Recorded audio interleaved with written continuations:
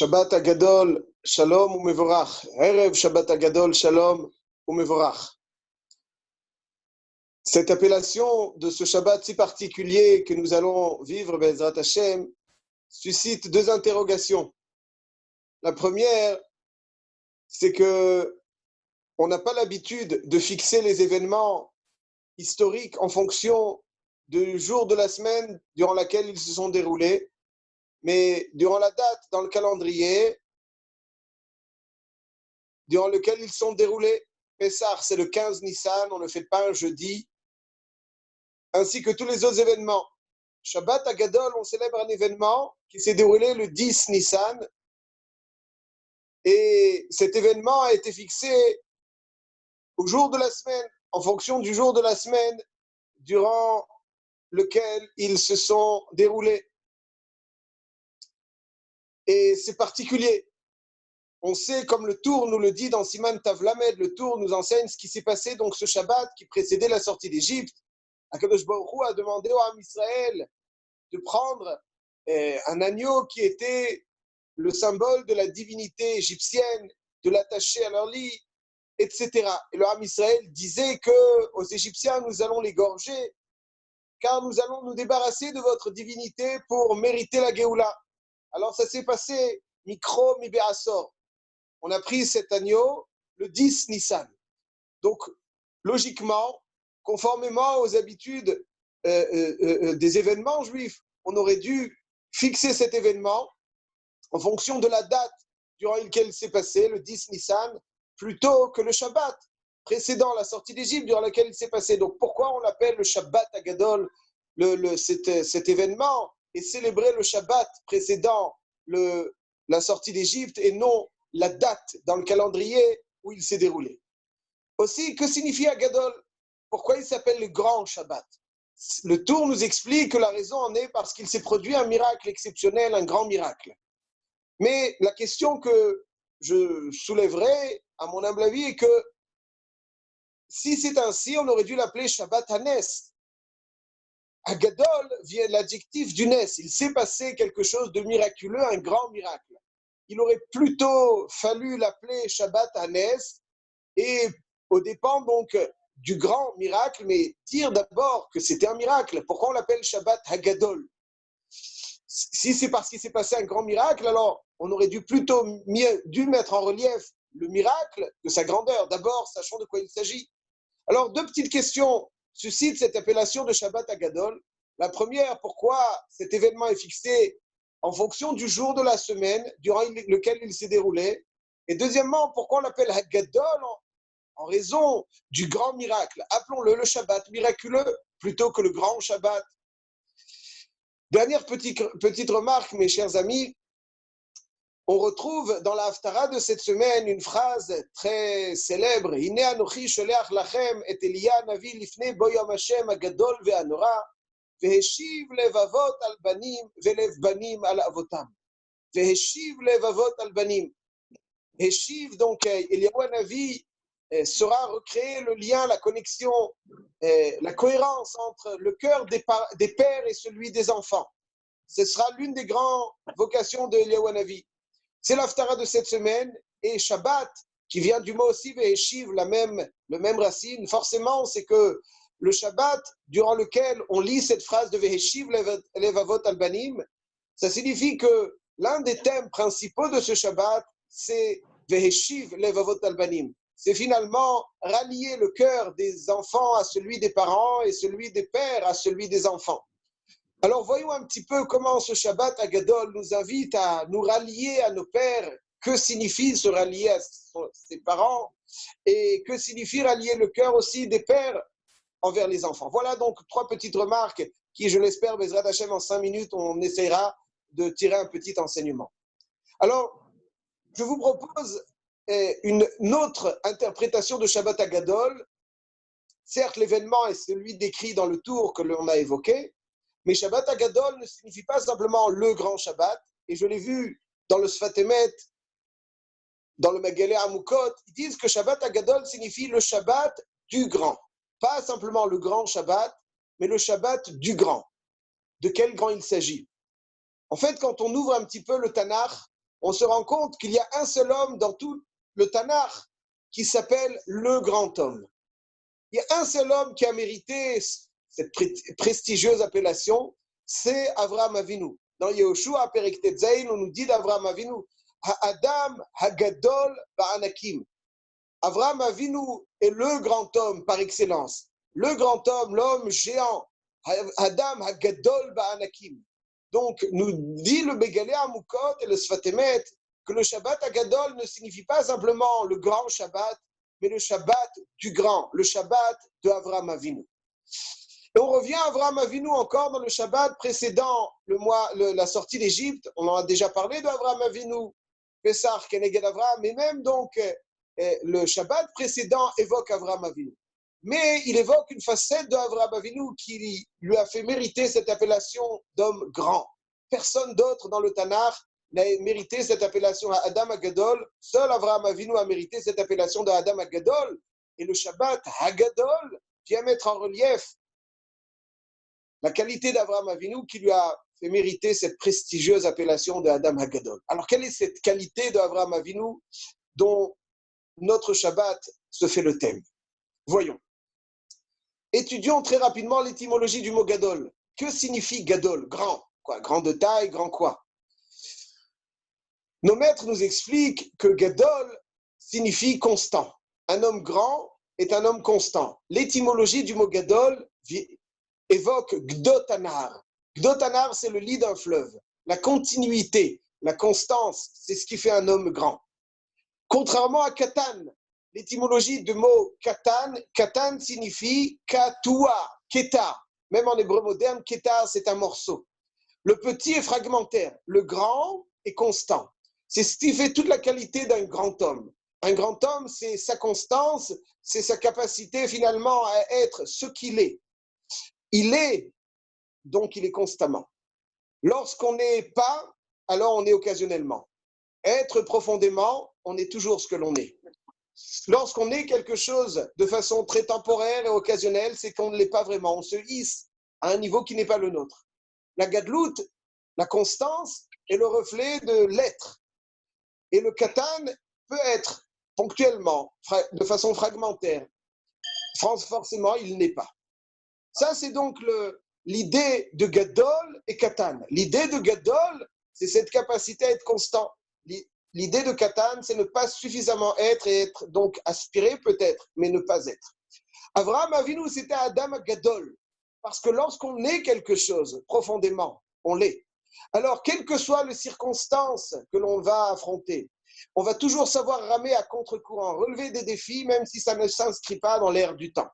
Avraham Avinu, c'est celui qui a été appelé Avraham Haïvri. Avraham Haïvri, l'hébreu, traduit en français, mais Haïvri, nous disent nos sages, ça veut dire qu'il était de l'autre côté, de la rive.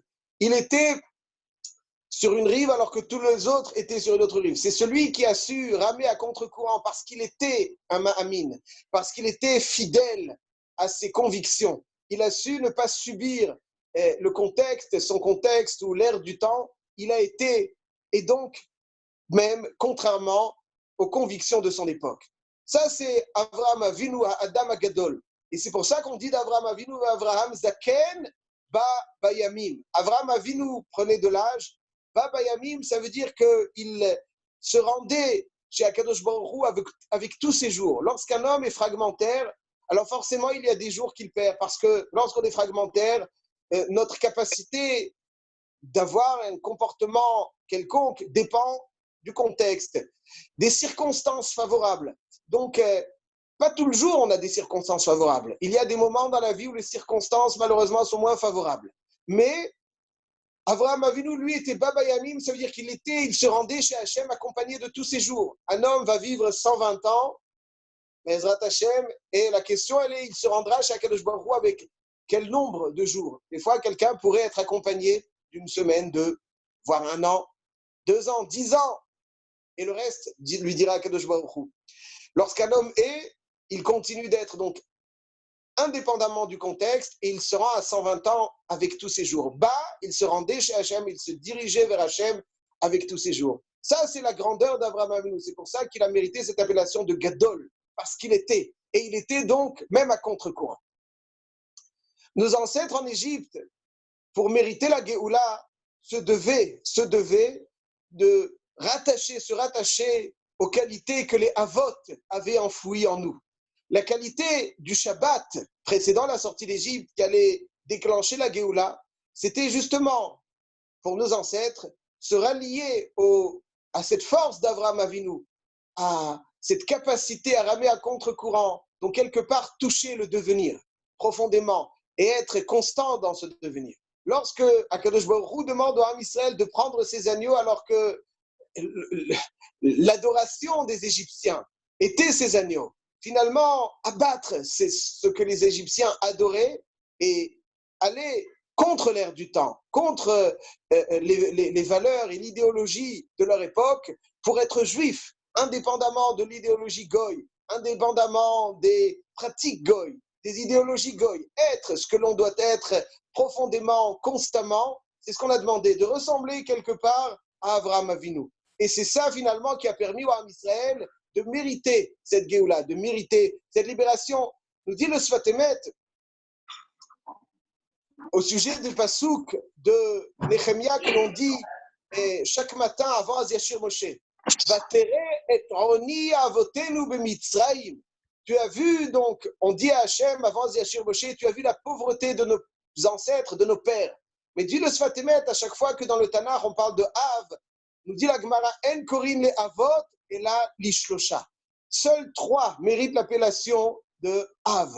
Si seuls 3 méritent l'appellation de Av, c'est que c'est Avraham Avinu, Yitzhak et Yaakov. La pauvreté de notre rattachement aux valeurs de nos ancêtres. Et oni avoteinu. Nos pères ne s'exprimaient pas suffisamment à travers nous. Et c'est cette pauvreté qui a fait qu'Akadosh Baruch Hu va forcer le Ham Israël à quelque part se rattacher à cette richesse que nous ont léguée nos ancêtres, les Avot, Avraham, Yitzhak et Yaakov, pour finalement mériter cette Géoula. C'est à travers ce ralliement, cette capacité à la gadlout d'Avraham Avinu qu'on a mérité la Yetziat de Mitzrayim. Hachem l'a demandé au Ham Israël, ce ralliement aux valeurs d'Avraham, l'a demandé au Ham Israël le 10 Nissan, pas parce que c'était le 10 Nissan. Il leur a demandé ce ralliement parce que c'était Shabbat. C'est Shabbat qui a été l'objet et qui a fait le choix d'Akadosh Baruch Hu en ce jour, pas le 10 Nissan. C'est pour ça que l'on célèbre ce Shabbat plutôt que le 10 Nissan comme on en a l'habitude. Pourquoi le Shabbat? On dit dans le Navi Yeshaya, on le récite dans le Kiddush, Im tashiv mi Shabbat raglecha. Im tashiv mi Shabbat raglecha. Que signifie Im tashiv mi Shabbat raglecha? Si tu arriveras le jour du Shabbat à changer tes habitudes. Hergel, c'est une habitude. Im tashiv mi Shabbat, avec le Shabbat, en utilisant le Shabbat, tu arriveras à changer certaines mauvaises habitudes qui sont les tiennes. Durant la semaine, un homme est sous le feu de l'action et il est d'une certaine façon un petit peu dans le courant de la réalisation, il n'est pas capable de se poser. Shabbat, c'est la chevette, se poser, s'asseoir, un petit peu faire un point et finalement se recadrer, changer certaines habitudes. Akadosh Baruch Hu demande au Ham Israël le jour du Shabbat qui doit précéder la sortie d'Égypte, de changer certaines choses, de changer certaines habitudes, d'arrêter d'être emporté par ce courant de l'idéologie égyptienne de l'époque pour finalement se démarquer et au contraire aller à contre-courant et se rallier par cela à la qualité de Avraham Avinu. Et c'est de cette façon, parce que c'était Shabbat, que ce jour-là a été choisi, c'est de cette façon que le Ham Israël va mériter la Géoula. Alors, je ne veux pas trop rallonger. Ce que l'on peut dire, c'est très très clair aujourd'hui. Akadosh Baruch Hu attend de nous aussi ce Shabbat Agadol, le Shabbat du grand Akadosh Baruch Hu attend de nous que l'on se rallie aussi à cette grandeur d'Avraham Avinu. Hachem attend de nous que l'on se rallie à cette grandeur d'Avraham Avinu. En quel sens? Qu'on aille à contre-courant. Sans trop penser, il y a quelque chose de très marquant dans l'épidémie qui malheureusement frappe la planète. C'est que c'est un virus qui provient de l'animal. Et quelque part, un virus animal touche l'homme. comme si Hachem cherchait à nous dire que l'homme est devenu un peu trop bestial et que les mots de la bête deviennent les mots de l'homme qui s'est rendu un petit peu trop bestial.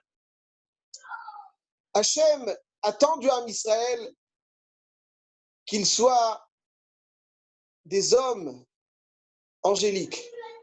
Hachem attend du Ham Israël qu'il se démarque de la bestialité environnante.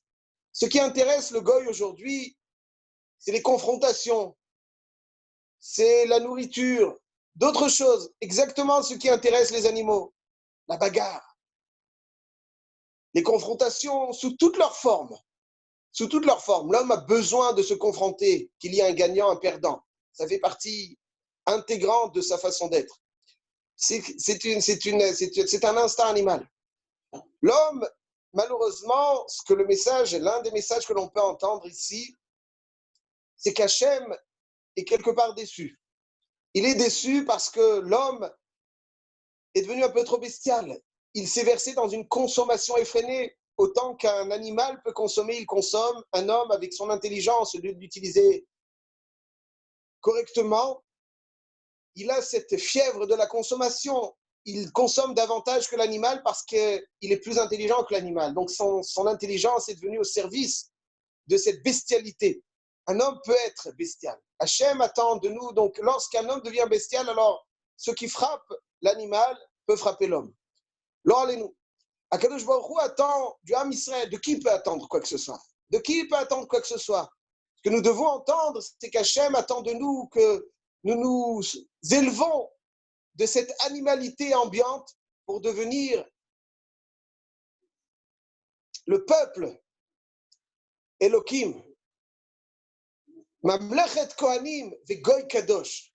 Ata bechartanu mikol ha'amim. Hachem nous a choisis à la sortie de vie parce que nous avons su nous démarquer, nous rattacher à Abraham Avinu et nous démarquer de ce qui se passait, prendre les adorations égyptiennes, les égorger et marcher à contre-courant, comme Abraham Avinu, Shabbat Hagadol. Alors quelque part aujourd'hui, ce qu'Hachem attend de nous, c'est aussi prendre ces adorations goy, bestiales, les égorger, pour finalement, et il n'y a pas d'alternative, parce que le seul peuple qu'Hachem a dans le monde, c'est nous. Ceux qu'il attend, les seuls hommes de qui il peut attendre s'élever de ce niveau bestial pour devenir donc Mamlechet Kohanim de Goy Kadosh, c'est le Ham Israël. Exactement comme nos ancêtres sont allés sur les traces d'Avraham Avinu le jour du Shabbat. Parce que le Shabbat nous permet de nous poser, de faire un point. Est-ce que finalement on n'est pas trop versé dans cette consommation effrénée, dans cette bestialité? Comment est-ce qu'on utilise notre intellect? Idéalement ou bien 3 petits points? Ça, c'est la vraie question. Ce Shabbat Agadol nous invite à être Shabbat, la chouve, s'installer. Im tashiv mi Shabbat raglecha. Être capable de prendre certaines habitudes et de stopper certaines habitudes, de changer, d'être capable de prendre de l'altitude, de devenir des hommes anges. Un Yehudi peut être volé très très haut, très très haut, très très haut, et c'est ce qu'Hachem attend. Ne pas être au niveau animal, malheureusement, que les goïms avec une cravate. On peut être un animal en cravate, c'est pas une contradiction. L'illusion, c'est que quelqu'un qui a un beau costume, dernier cri, une cravate, est un homme. Non, ce n'est pas forcément un homme. Ce qu'Hachem attend de nous, c'est pas avoir une belle cravate, un beau costume, c'est d'être d'abord des hommes. Et de cette façon, le virus qui frappe l'animal ne touchera plus l'homme. Ne touchera plus l'homme parce que c'est un homme, ils n'ont rien à voir. Et ça, on le fait pendant le Shabbat. Shabbat Agadol. Voilà, mes chers amis, ce Shabbat attend de nous qu'on soit grand, qu'on devienne grand. Il nous oblige quelque part à prendre une certaine altitude puisque notre famille n'a d'autres références en ces jours-ci que notre personne, que nous-mêmes. Il ne côtoie plus ni les professeurs, ni les rabbinim, ni les... Rien. Il ne côtoie que nous, pères de famille, qui devenons donc la référence, leur référence. Et quelque part, le contexte nous contraint à grandir, à finalement égorger toutes ces adorations goy pour finalement être le peuple élu d'Akadosh Baruch Hu. Nous sommes le peuple élu, pour être digne de cette confiance d'Hachem, être Mamlechet Kohanim ve Goy Kadosh. Ce Shabbat, nous invitons à faire la chouve, à se poser, à revenir pour finalement changer, raglecha, certains ergilim, se recadrer et devenir, c'est anashim gdolim, devenir pour être gadol, à l'image d'Abraham Avinu, puisqu'on ne peut être gadol que si on est, on ne peut être constant que si on est, et on ne sera que si véritablement on sent qu'il y a urgence. Et ce qu'Hachem attend, il ne peut rien attendre de qui que ce soit. Hachem ne peut attendre de qui que ce soit, quoi que ce soit, si ce n'est du Ham Israël. Il attend de nous, il faut qu'on se sente concerné. En pour Anout Baala Olam et Israël. Il y a marqué dans la Gemara que lorsque quelque chose arrive au monde, le Ham Israël doit se sentir concerné. Hachem nous délivre un message, et c'est ce message que l'on doit entendre ce Shabbat pour devenir Be'ezrat Hachem, Mamlechet Kohanim, Vegoy Kadosh, aller dans les traces d'Abraham, ne pas subir le contexte, mais le créer, au contraire le créer à travers nos convictions, nos forces, et Be'ezrat Hachem, Be'zeni Vacha, Bichouat Olamim. Voilà, je vous embrasse tous très très fort, et Be'ezrat Hachem, un Shabbat plein de sérénité, plein de grandeur, plein d'altitude, et dans la paix, et dans l'harmonie, et autant qu'on le peut, malgré donc la pression que les maisons peuvent accumuler ces derniers temps, et bien, Ezrat Hashem, qu'on bénéficie de la Géoula, Hashlema, et que tous les malades du Ham Israël, de l'humanité, du Ham Israël, et une refoua Shelema, Bisrou, Divrei Torah Elou, Shabbat, Erev, Shabbat, Hagadol, Shalom, Umevorach, Kol Tov.